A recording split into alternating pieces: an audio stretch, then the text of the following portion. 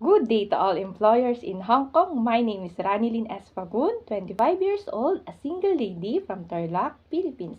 I'm a high school graduate and also vocational course as a dressmaking. My height is 160 centimeter while my weight is 67 kilograms. My mother's name is Evelyn S. Facun and my father's name is Randy Facun. We are 6 siblings and I am the eldest. I have 3 brothers and 2 sisters. And then after I graduate at high school, I work immediately as a nanny here in the Philippines way back 2015 to 2020. I served one couple and their 2 children, aged 5 and 2 years old. My primary duties and responsibilities are taking care of them, send them to school, doing laundry, washing dishes, cooking, marketing, and cleaning. My hobby is cleaning and singing. And I will give you a song. The title of this song is The Wheels on the Bus.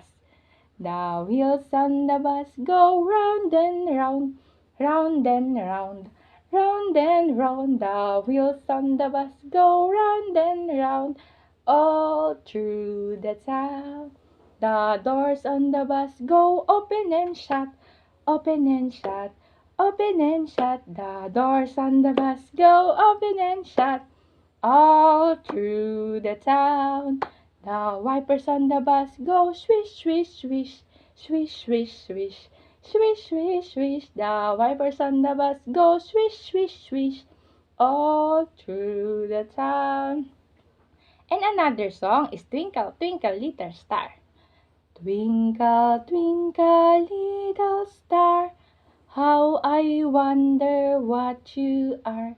Up above the world so high, like a diamond in the sky.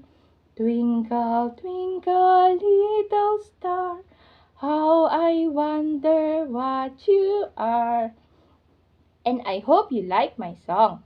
And to my future employer, Ma'am, sir, please hire me as your domestic helper because I'm a trustworthy, responsible, pet lover, and a hardworking woman. And I promise to do my duties and responsibilities. I'm looking forward to work with you. Thank you and God bless.